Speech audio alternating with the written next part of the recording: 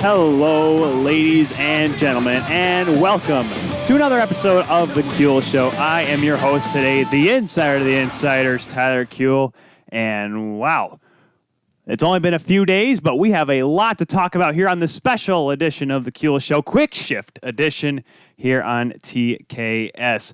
But before we get too far into the show, make sure you get involved with today's episode. Whether you're watching us here on 12 Ounce Sports, whether it be on YouTube, whether it be on the good old, Twitter, you may be on, Periscope, Facebook, Zingo TV. Apparently we're on that again. I was told we're on that, Zingo TV. Make sure you get on there.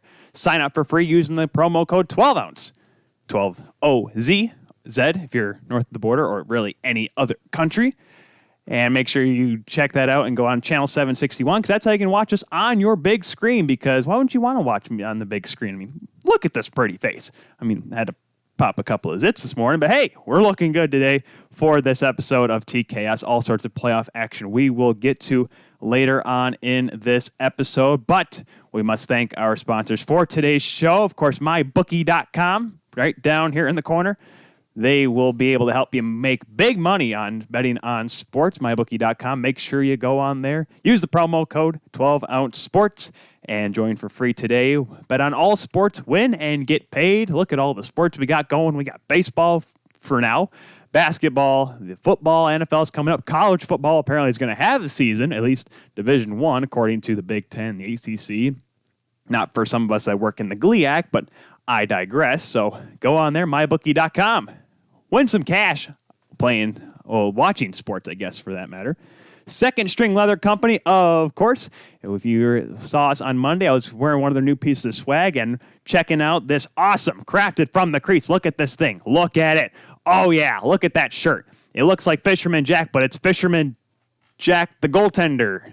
Fisherman goaltender? Nah, I don't know. I should have came up with something better than that.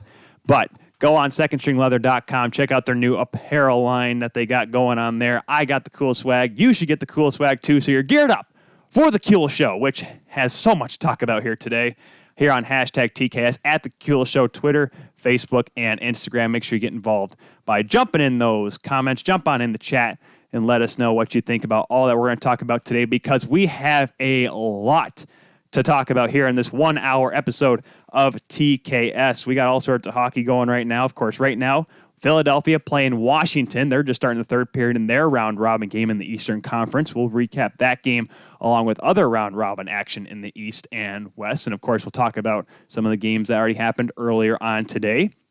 Obviously, the Eastern Conference, Carolina moves on, the first team to make it out of the qualifying round, sweeping the New York Rangers. And we'll also talk about an update on Jake Muzzin when we're regarding to the Toronto-Columbus series, which we'll preview because that Game 3 is tonight, actually 8 o'clock, so an hour after this show wraps up.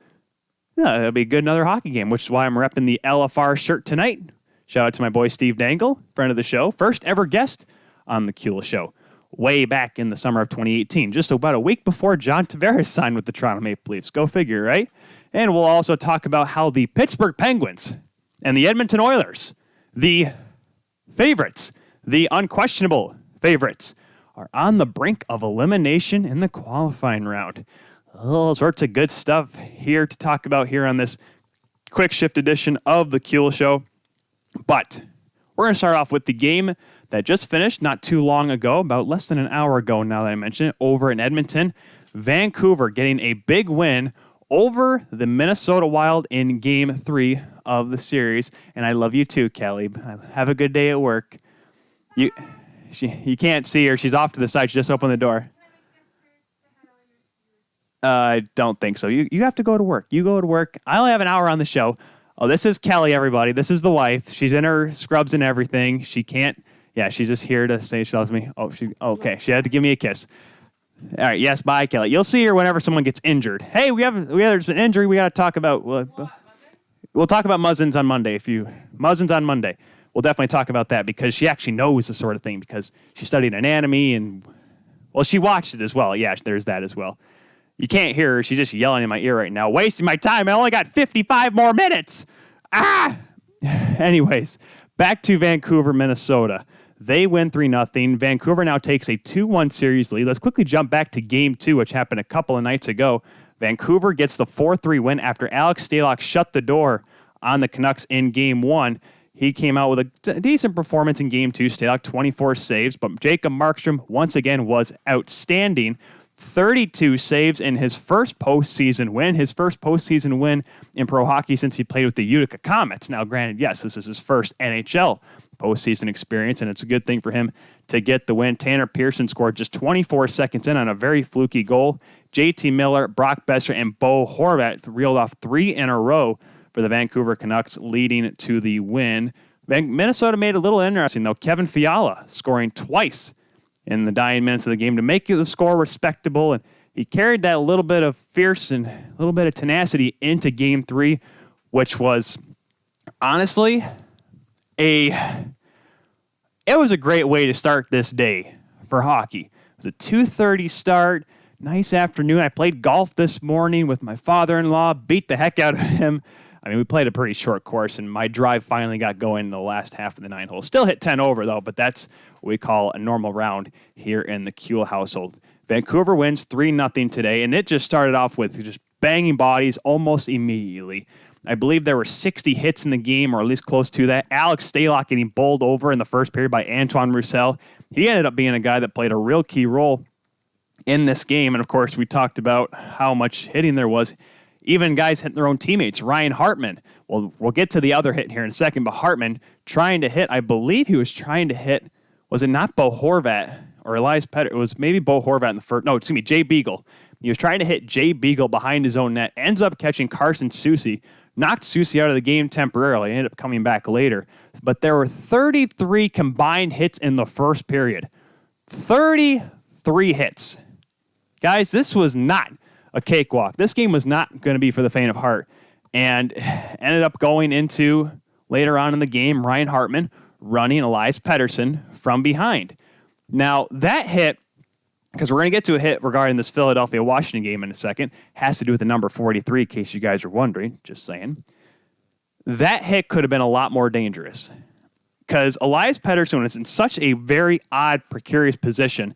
He was kind of down, and his head was like, looked like he was, if you're a yoga person like myself, in a standing forward fold, where his head was towards the ground, towards the ice, and coming from behind is Hartman. No regard, because he just sees the body and is like, I'm going to blow him through the boards, puts him into the boards, and is almost shocked that JT Miller stepped up to him and dropped the gloves, and Hartman got just really mad at him for trying to fight him, which you hit someone's star player, yeah, I'd be a little bit mad. Now, this, of course, Ryan Hartman kind of took exception because Elias Pettersson pulled off a reverse check, a Pavel Datsyuk special on Hartman earlier in the shift. That's where you got to keep your emotions in check in a series like this. You can't be running through guys. You can't be trying to look for, evening out, the individual score, if you will, because it's going to hurt you. Hartman got a penalty. The Canucks were not able to score on that power play, but you got to keep your emotions in check. Now, later on, though, in that second period, Brock Besser battling hard in front. The sniper, Brock Besser, the guy that's actually in front of the net, in front of Alex Stalock on the power play, gets knocked down, but is able to get up, find a rebound, backhand one around Alexander Stalock to give the Canucks the 1-0 lead. And then right after that, it just seemed like Minnesota, they kept getting power play after power play. Each team got 7 power plays, in this game.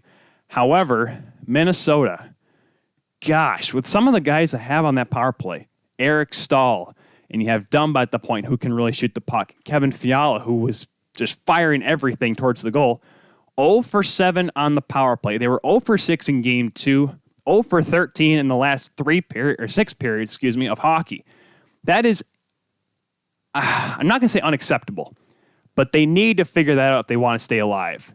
Because the penalties started to really ramp up in the second half of the game. The refs finally realized, hey, this game's getting a little out of hand here. We have goaltenders getting ran over. We have Kevin Fiala trying to jump Jacob Markstrom and then getting absolutely blasted by Brandon Sutter.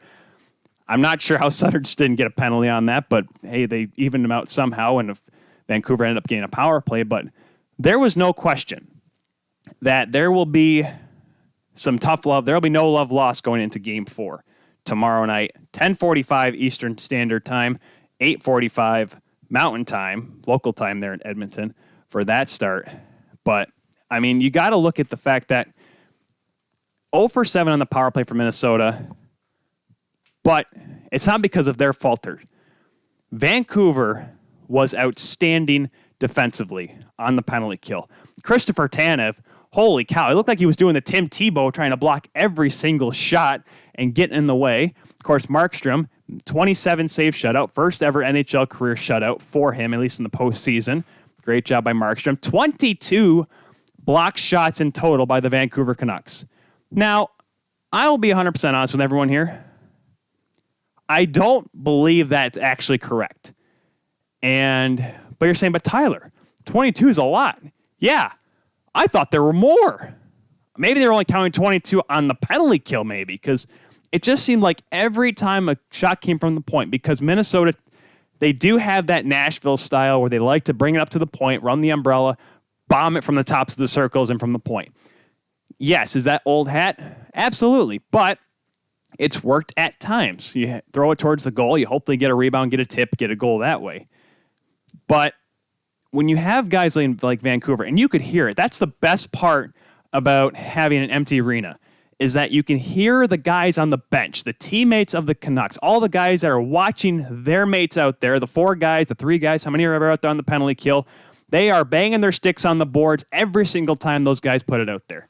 That is the effort you need in the playoffs. That's what's going to win you rounds. That's what's going to make you able to make a run deep into this postseason.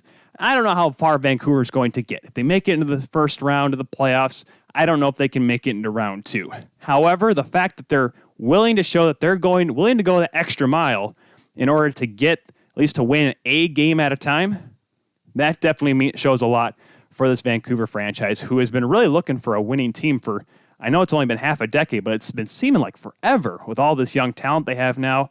You have a good goaltender in Markstrom, young talent, of course, Elias Pettersson, getting a goal in the third period, assist from Quinn Hughes, which ended up being the dagger. Antoine Roussel, man, that play in itself, Antoine Roussel's second goal for the Canucks in this game, it was just a weird play because Eriksson Ek had such a great chance before, but he was tied up, and when I was a kid, when I was doing instructional hockey, when I was so young and I just learned to play and whatever, whenever we would take on the instructors, the coaches would flip their sticks upside down and play with their butt ends. So they gave us a chance. Eriksson Ek all of a sudden thought he was a learn-to-play coach and had his stick upside down and tried to swing at it like he was trying to play broom ball. Poor guy didn't even have a chance to get the puck on net. And then eventually in that same shift, Roussel goes on a breakaway and scores. You hate to see it, but it happens all the time in hockey. Great chance at one end, missed. Team goes down the other end and scores. That's how the game goes. Now, what's Minnesota going to have to do? Score on the power play if you get a chance. Holy smokes, figure it out. I mean, Dean Evason's got to look at the guys and say, either we have to figure out a different way to run the power play or just bury it. I mean, credit where credit is due. Markstrom played well. And how about that save by Alexander Stalock by Minnesota, trying to keep him in the game, that amazing diving save? I mean, what more can you do for Alexander Stalock? I don't blame him on any of the goals that he gave up. I don't think you can really look at any of the goals, with the exception of Markstrom's in Game 1 that led to the loss. I don't think you can blame either goaltender for any of the goals in this series. It has been a tough series to be a part of, and whoever's going to make it out is going to have some scars with them. Heck, Antoine Roussel's got a black eye. That's going to be a screen grab, and definitely someone's cover photo for a long time of him scoring a goal with his left eye looking like it just been punched. Then again, yes, it was because he got hit in the face with a puck. Anyways, Game 4 tomorrow night, 10:45 Eastern Time. Hopefully they have all that game NBC. I'm just calling you, just letting you know. The next series, Preds and Yotes. Coyotes lead the series 2-1 after winning Game 3 yesterday. Preds win Game 2. Jussi Saros played pretty well. They made well over 30 saves. Kalle Jarnkrok scoring with Nick Bonino, Ryan Johansson getting 3 of the 5 goals, with Victor Arvidsson an absolute bomb in the third period in that game. Clayton Keller and Lawson Krause scoring for Arizona.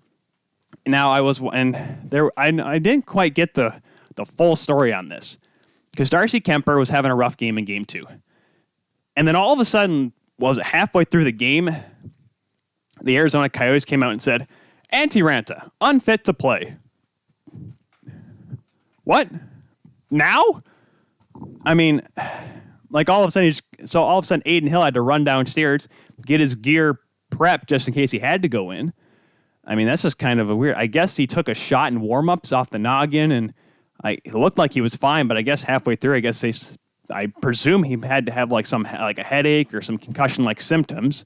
So I knock on wood, hopefully it's not a concussion. But obviously it didn't affect the Coyotes in Game 3. Played much better. They came ready to play in Game 3 yesterday. You have Christian Dvorak getting a nice tip from a Hjalmarsson shot. Connor Garland, how about that goal, eh? Nick, and of course, you have Derek Stepan, who is an underrated playmaker, has always been underrated. Whether it was when he was in Buffalo, whether it was when he was with the Rangers, he was always a guy that could really create some plays. By the way, Philadelphia just scored, making it 3-0 in that game, a little over less than halfway through the third period.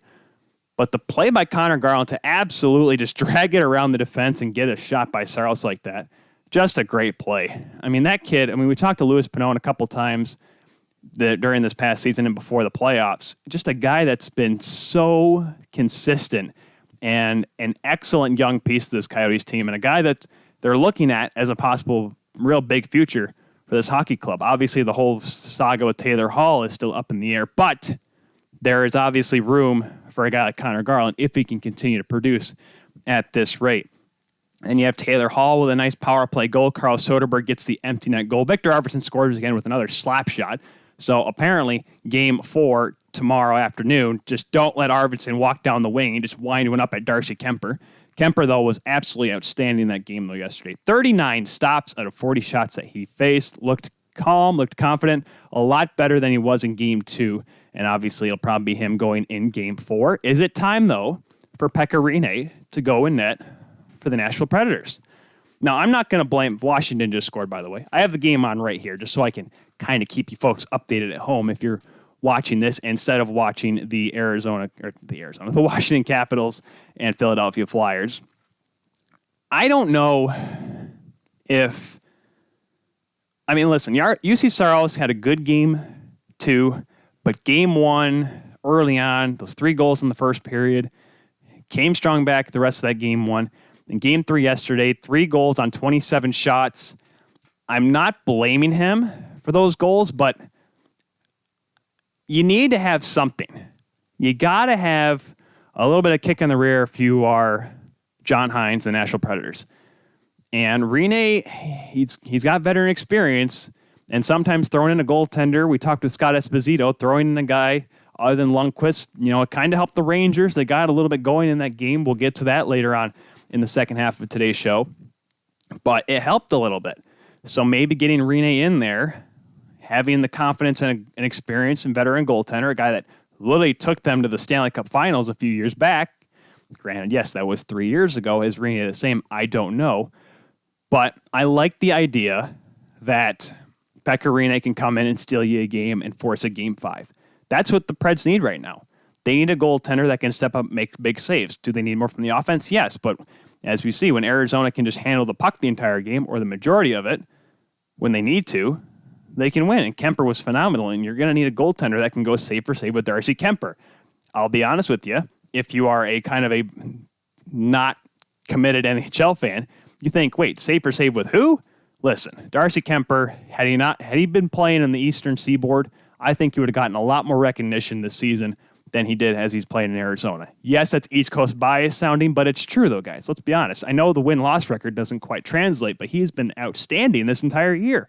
He gets hurt, doesn't have too many good starts before the pause, comes back healthy, and look where he's at. He's 1 win away from getting the Arizona Coyotes to the first round of the Stanley Cup playoffs. So what is Nashville going to do? Obviously, find a way to beat Kemper, but they're going to need a few more saves. I'd say go with Rinne. I'm not John Hines, though. I still have hair for now.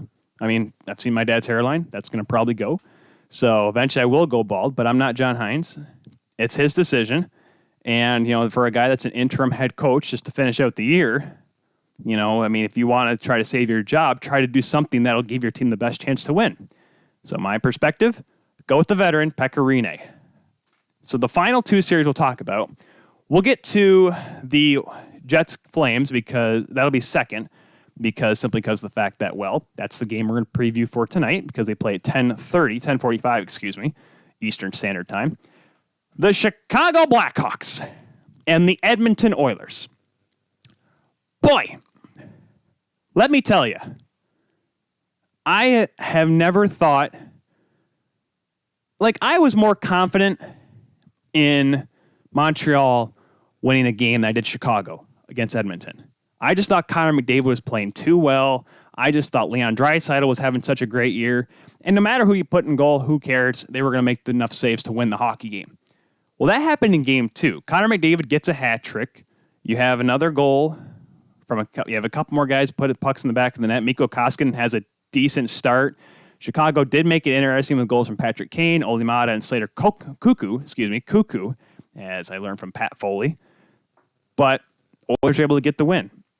They go to game 3. It just looked like Chicago was hungrier. It looked like Edmonton just kind of forgot that they have this star power. I get it, guys. I keep making the comparison. Edmonton, Toronto, the hub cities, they are the exact same team. So much talent, above average goaltending for the most part, but an inability to be consistent. Olimata gets the first goal of the game. She gets a shot through traffic. Good shot. Leon Draisaitl answers back after a great forecheck by Yamamoto and Tyler Ennis. By the way, we'll get to the Tyler Ennis here in a second.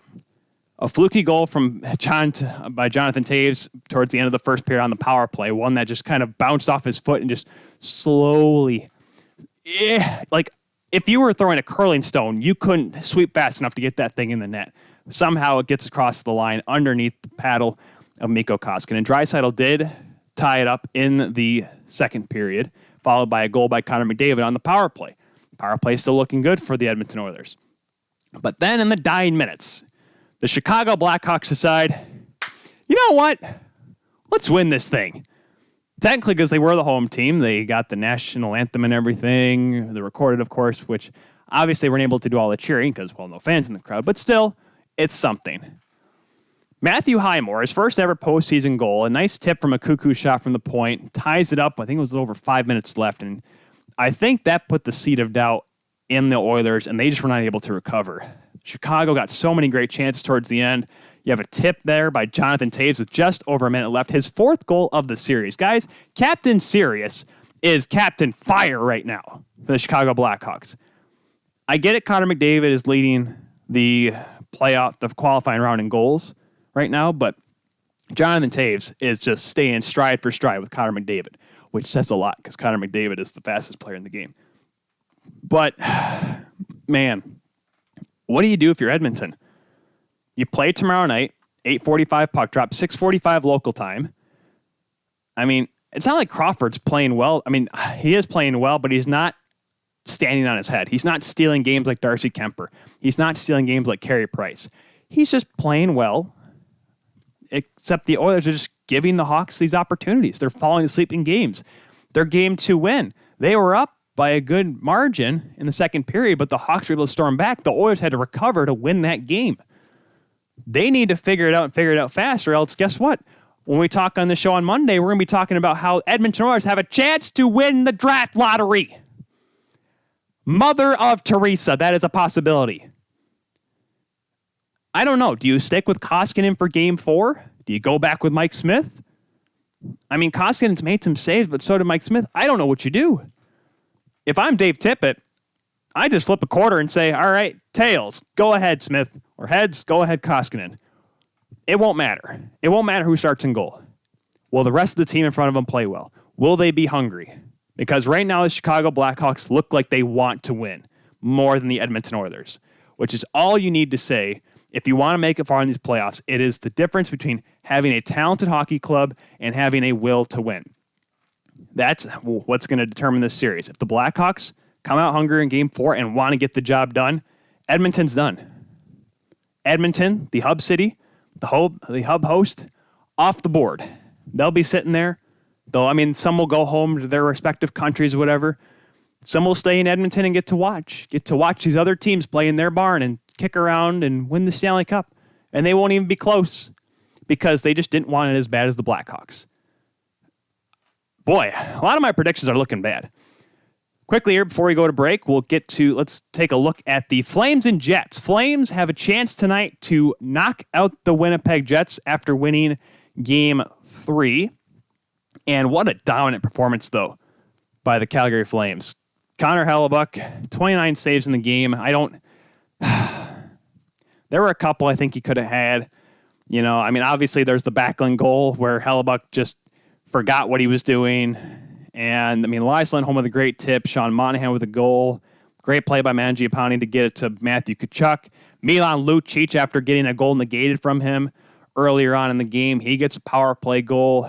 Yes, you had goals from Nikolai Ehlers and Andrew Kopp, but, man, you talk about guys that really want it. And I just think maybe, at least in Game 3 the other night, I just think the Jets, you're starting to see what happens when you don't have your star players. Laine and Scheifele still didn't skate today. They're probably still out of the lineup.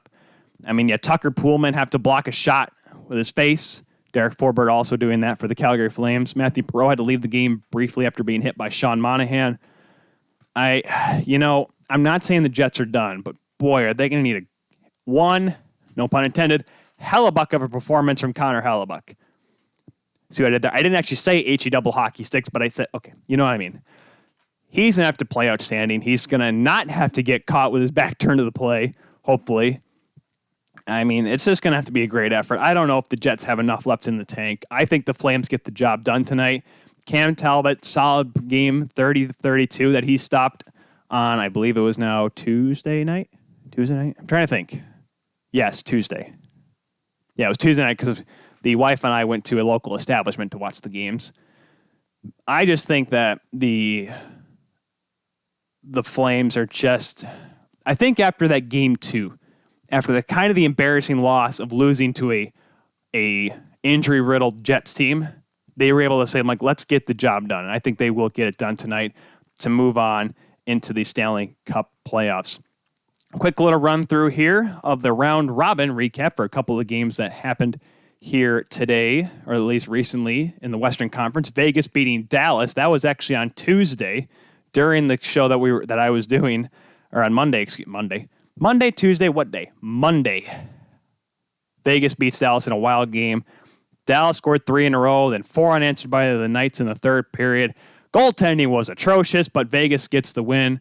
Colorado beats Dallas 4-0, and man, Colorado's looking pretty good, guys. They smacked around the Stars. They smacked around the Blues. Colorado's a team now, guys, that I'd say are a favorite. If they weren't a favorite before, I think this is a team now that, at least going up against the other good teams in the conference in the round robin, they are really showing how good they are. Pavel Francouz, how about that? 27 save shutout for the rookie. Wrong-handed catching goaltender, but he makes enough of the saves.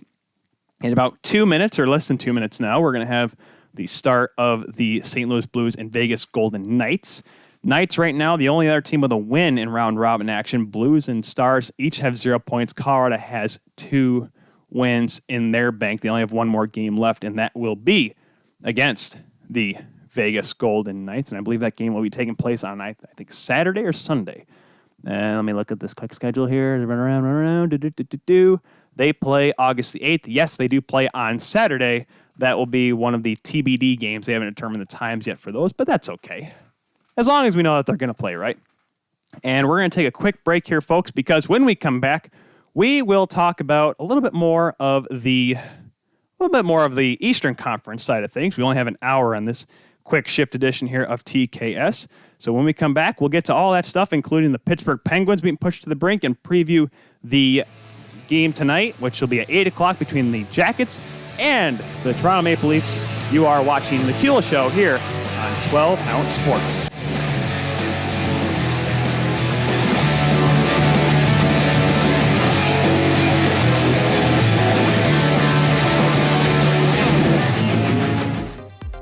Esports are here to stay. Go to jazzsports.ag, log into your account, and look for our new esports section on the top of your screen. Browse through all the different available matches and watch them live with our exclusive esports betting platform. Get instant access to game results, pending and graded bet reports, outright bet types, and upcoming match schedules, all at the easy reach of your fingertips. Jazz Sports puts you in the game.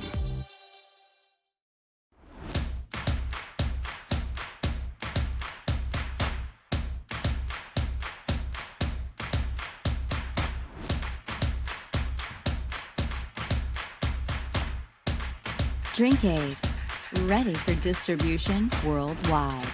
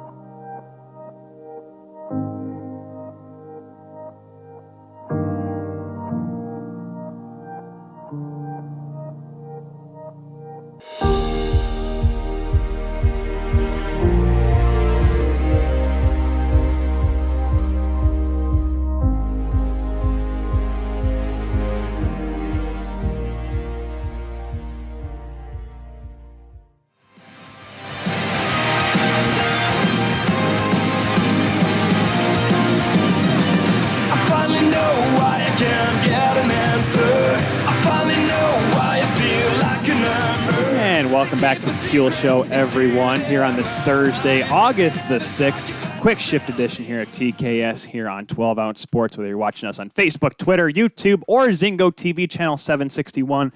Thank you for joining us here on this special TKS.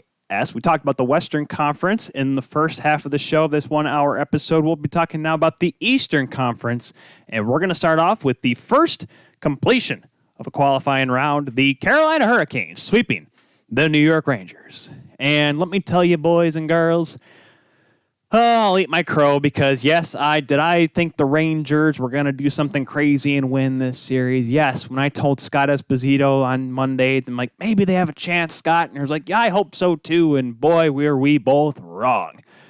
The Carolina Hurricanes complete the sweep on Tuesday. Igor Shesterkin getting the start for the Rangers in that game, obviously trying to make a change up there. He was fit to play in this one.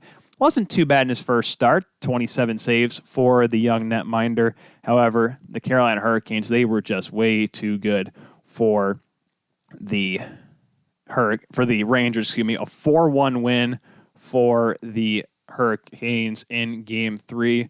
Warren Foegele, Sebastian Aho with 2 more goals in the third period, and a goal by Teuvo Teravainen in the second period, which tied the game because Chris Kreider did open the scoring just 12 seconds into the second period, showing off his speed.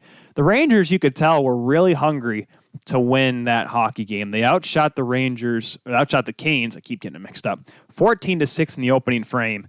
But boy, let me tell you, as a Leaf fan and as a guy who has loved this goaltender for an extremely long time, did you have any idea how much it warmed my heart to see James Reimer put together a game like that?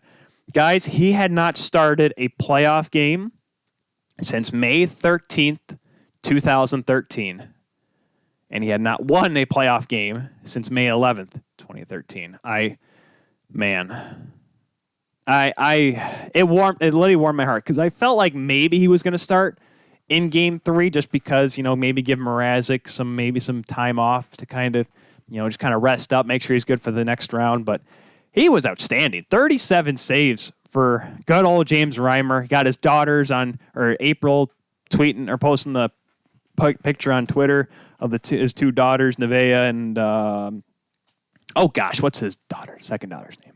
His 2 daughters with Daddy 47 sweaters on. They were just so adorable. And he goes out there and puts together a great game, makes a few huge saves. How about that one save where he reaches back with the paddle and knocks it back?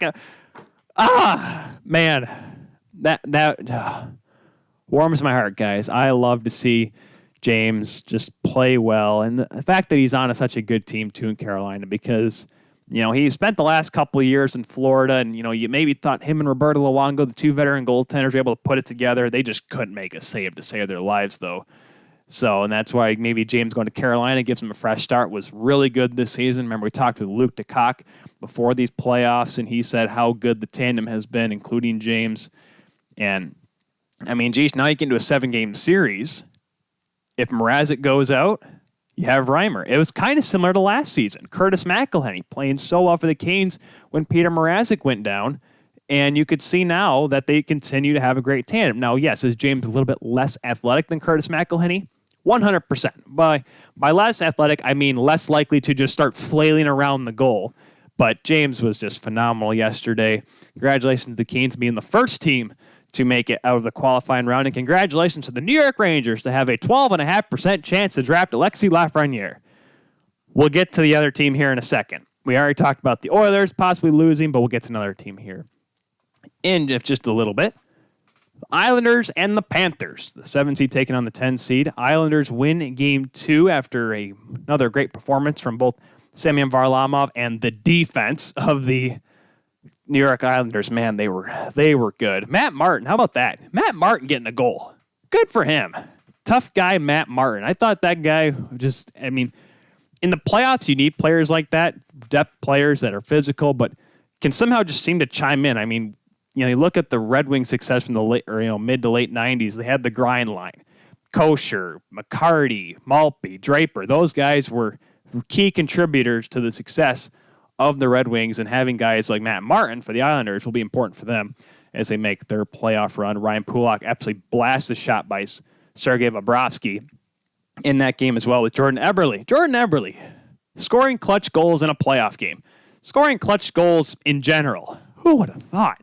Could never have guessed a guy like Jordan Eberle would score big goals in a game like that.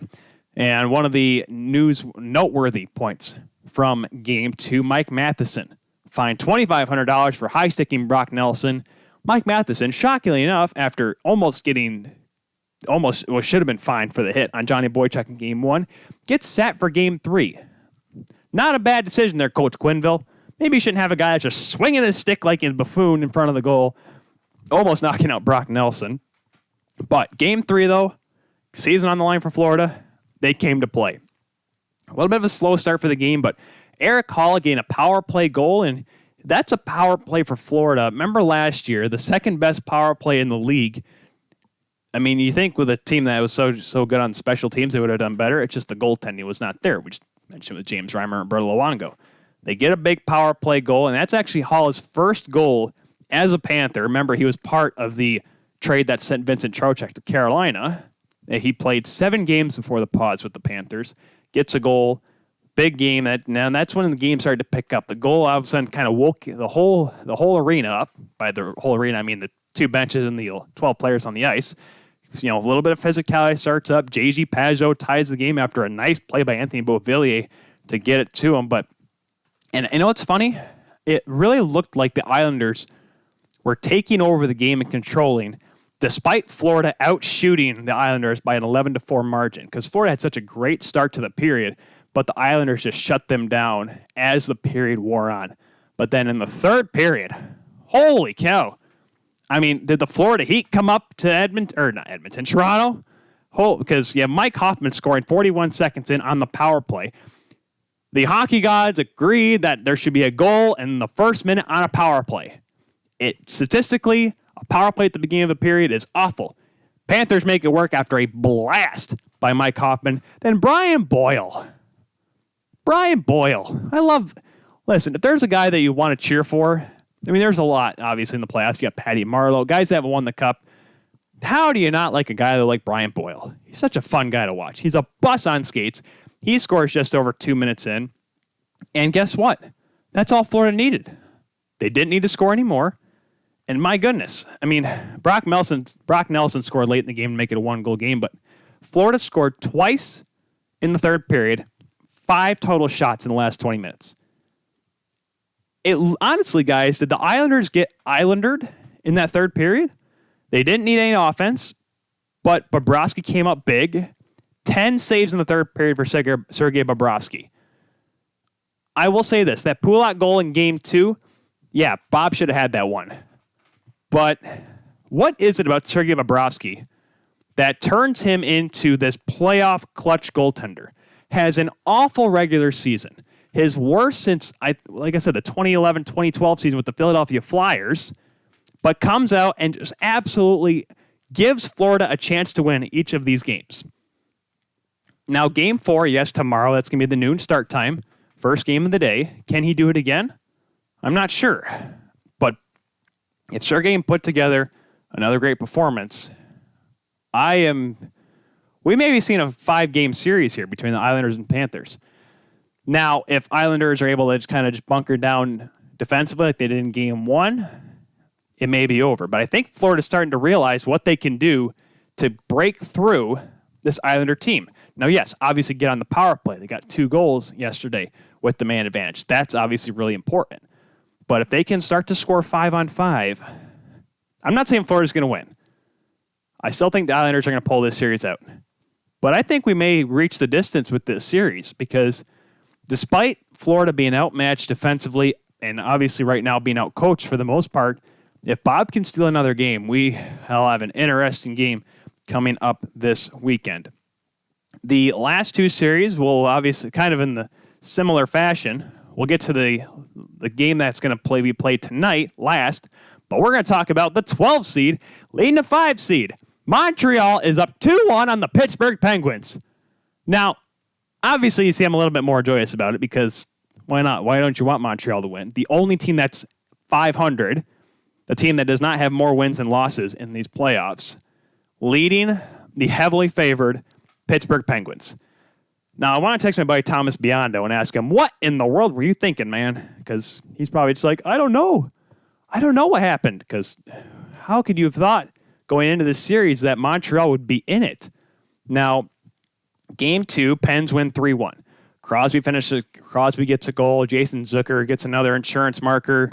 I mean, Pittsburgh just outplayed Montreal from start to finish. I mean, Price tried to do the best he could. They were doubled up in shots through 2 periods of play.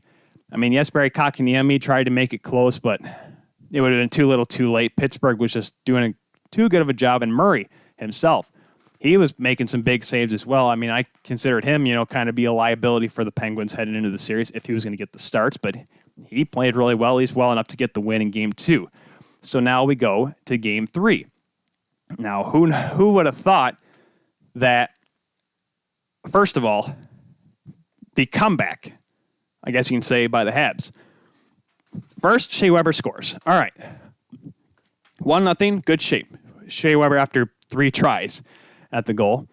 But then all of a sudden, here come the Penguins. You have a goal by Patrick Hornquist after a great feed by Evgeny Malkin. Fake pass, cross, Hornquist buries it. Zucker scores 59 seconds apart, both goals on the power play. 2 for 2 are the Pens with the man advantage. This team is clicking. Teddy Bluger saves the day, makes it 3-1 early in the second period. And, at that point in the game, I literally said to myself, well, I was right. Carey Price stole Game 1 for the Habs, but Penguins are going to win in 4. But then something crazy happened. Jake Evans gets knocked out by Brandon Tanev. Dirty hit? Unfortunate circumstance? Yes. He gets put into the glass. His head hits. He's out. He's not going to play tonight. Or tomorrow night, excuse me. But it seemed to really have lit a fire into the Canadiens. They started to pick it back up. They had Jonathan Drouin scoring his first playoff goal in 4 years to make it a 1-goal game. Then Paul Byron ties the game at 3. And the game's kind of winding down. I'm like, this game may go to overtime. I may have to stay up late tonight. I got to work early in the morning. But next thing you know, Jeff Petrie gets a pass down low. And I don't know what Matt Murray's thinking on this play, but Petrie snipes it. Top corner, bad angle. Mario Lemieux-esque top corner there. But I got to wonder, guys, why the save selection there by Matt Murray? Here comes goaltender coach Tyler here. Second string leather approved, I would hope, by my good buddy Joe Messina. Matt Murray goes down into what we call a reverse VH. A VH as a goaltender is when you have your let's say, my right side, your right leg up against the goalpost while your left leg is laying flat across the ice. A reverse VH is when you are more or less in the butterfly with your right leg up against the right post down flat with your left leg kind of at a diagonal so you can kind of just stretch across if you have to make a cross crease save.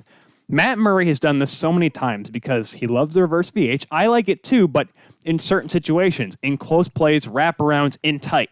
Not when the guy is past the faceoff dot closer to the boards than the net, because you leave so much room up top. No one's tall enough. Ben Bishop is probably the only guy that could do a reverse VH and cover the entire net, okay? That's how tall he is. The angle that Murray's at, I'm going to try to turn a little sideways here. He's kind of crunched down, and like you can see where the Gretzky banner is behind me. See where the bottom of the 99 is? When you look at that angle, there's a lot of room over this right shoulder, right? That's how much room Matt Murray was giving up. Yes, credit is due. Great shot by Jeff Petrie. Poor save selection by Matt Murray. He's done it time and time and again where he's given up bad goals like that. And obviously he can't do that tomorrow, 4 o'clock Eastern time in Game 4. Because if he does that and Carey Price plays well again, by the way, Carey Price making 30 saves in the game yesterday, Pittsburgh could have a 12.5% chance to draft Alexis Lafreniere. Man, 2020 is a great year, which is what's going to lead us now into the last series of the night. The game that's going to start in a little over an hour now, an hour exactly, after we wrap up this show here on 12-Ounce Sports, the Kuehl Show Quick Shift here. Leafs and Jackets, 8 seed versus 9 seed. The series is tied at 1. After Game 1, where the Leafs just couldn't get any offense going. Game 2, the Leafs come out and they say, you know what we're going to do? We're going to take the puck, fire everything on goal, and get it back. And then shoot it again and get it back. Because that's literally what happened. The Leafs, I think, outshot them 39 to 20? 39 to 20 were the shots in the game on Tuesday afternoon. Because it was a 4 o'clock game. I have to remind myself of that. Jonas Korpisalo, I thought was honestly going to win the game for the Jackets by himself. Honestly. He had stopped 56 consecutive shots, guys. The Leafs outshot the Jackets. Ready for this? 15-6 in the first period. 14-6 in the second period. At one point, I think it was up until maybe the 35-minute mark of the game, the Jackets had less than 10 shots. They had a few in a late flurry in the end of the second period. The Leafs, I never thought we're just going to control the game like that because they were finding ways to get pucks to the goal. Now, were all these great scoring chances? No. Korpisalo did have to make some huge saves again. Huge saves in tight. Giant Tavares had, maybe 12 shot attempts in the game. Mitch Marner had a few shots on goal this time. The Leafs, offensively, they were not getting the cleanest looks, but they were getting the puck to the net, which they didn't do a lot of in Game 1. So the fact they're able to turn that around in Game 2, make Korpisalo work, and it ended up paying off late in the second period. Austin Matthews, just a simple little play. Give and go to Zach Hyman, Michigan boy. Maize and Blue approved. I got Al Montoya up in his Michigan sweater and Tom Brady right over there. Michigan boys. I have a Michigan football helmet over there. That's all I got right now, but I'll get some more later. Fanatics.com, help me out here. Gives it to Hyman. Hyman looks and sees Austin driving the net. Let's go back to one of the best scorers on our team. Pass it back to him. And Matthews, just ramp the stick a little bit and beep. Just sail it right over the right shoulder. Finally, the Leafs break through in this series after what looked like maybe they were not going to be able to beat Korpisalo again. If Korpisalo gets another shutout, I'm telling you right now, guys, tonight wouldn't even be worth watching because the Leafs would probably have, let's be honest, if you can't, it turns into your psyche. When you realize you can't beat a goaltender, it wears on you and you realize that, man, what are we trying all this for? But they're able to break through. Giant Tavares scores on a breakaway. Good for him to finally break his little schneid that he was on. And I say schneid because, well, he scored 47 goals last year, 49 goals, almost 50 in 18-19. This year, not so much. Wasn't able to produce quite as much. Then again, he was hurt for a lot of it, had a broken hand. But obviously, the big story coming out of this game was Jake Muzzin. And we're just going to, we got about 10 minutes here. Let's go through the play. It's a 2-0 game. Leafs are up. And Muzzin, after blocking a shot right before, gets cross-checked from behind by Pierre-Luc Dubois.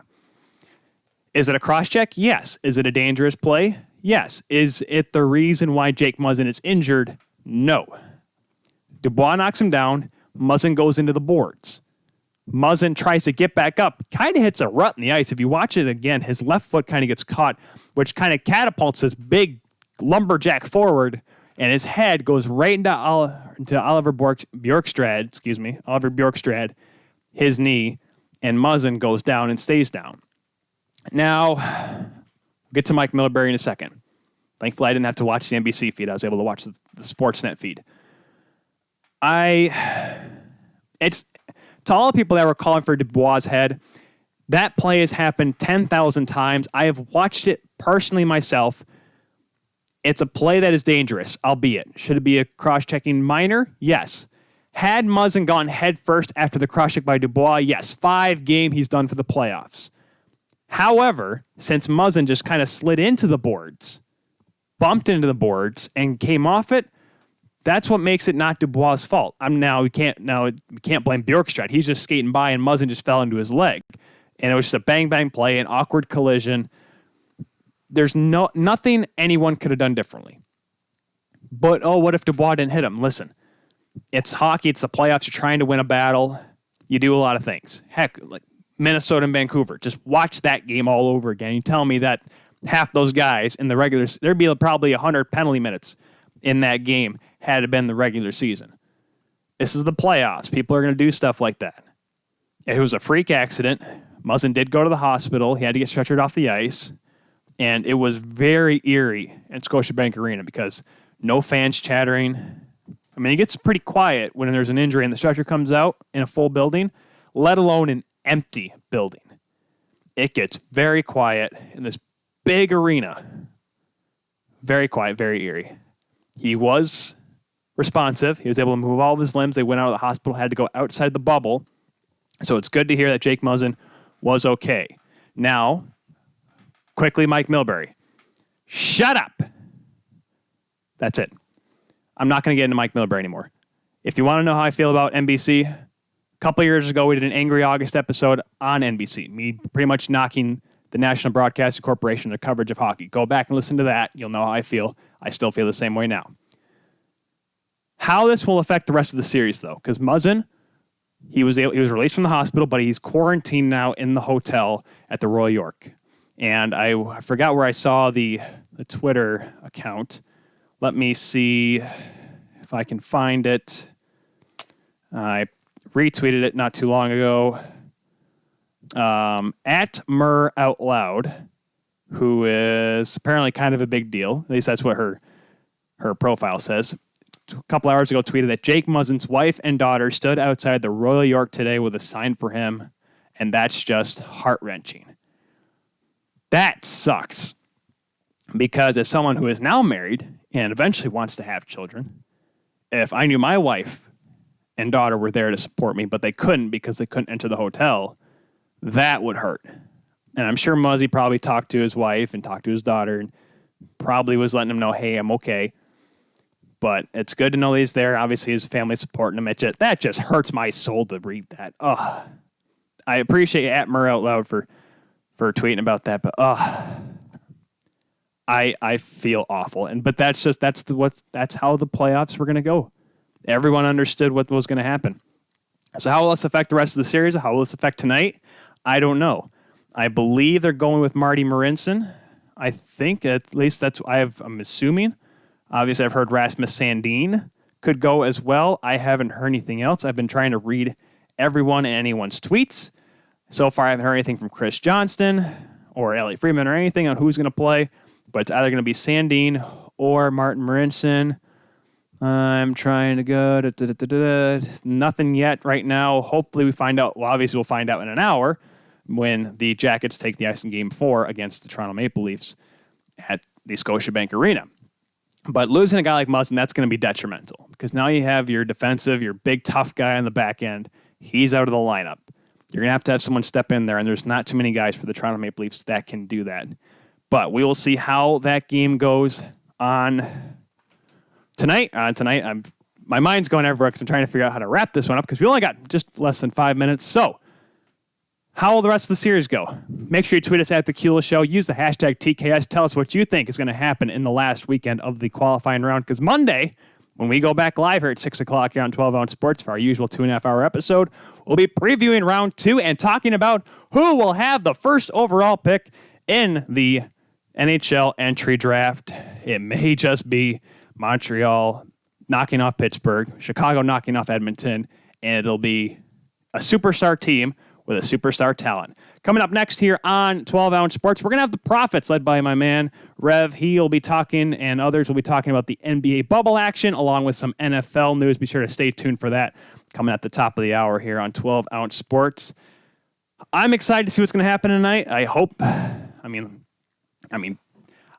Leafs win. I don't think they will. I just feel like with losing a guy like Muzzin, that's just going to really hurt the team, both emotionally and in the lineup. I'm curious to see what's going to happen, though. Will the Flames get the job done tonight? Will the Leafs at least have an opportunity to win and close it out on Saturday? We'll see. Will we have a 12 seed? Will we have two 12 seeds win? Will we have Montreal and Chicago in the Stanley Cup Finals there in Edmonton?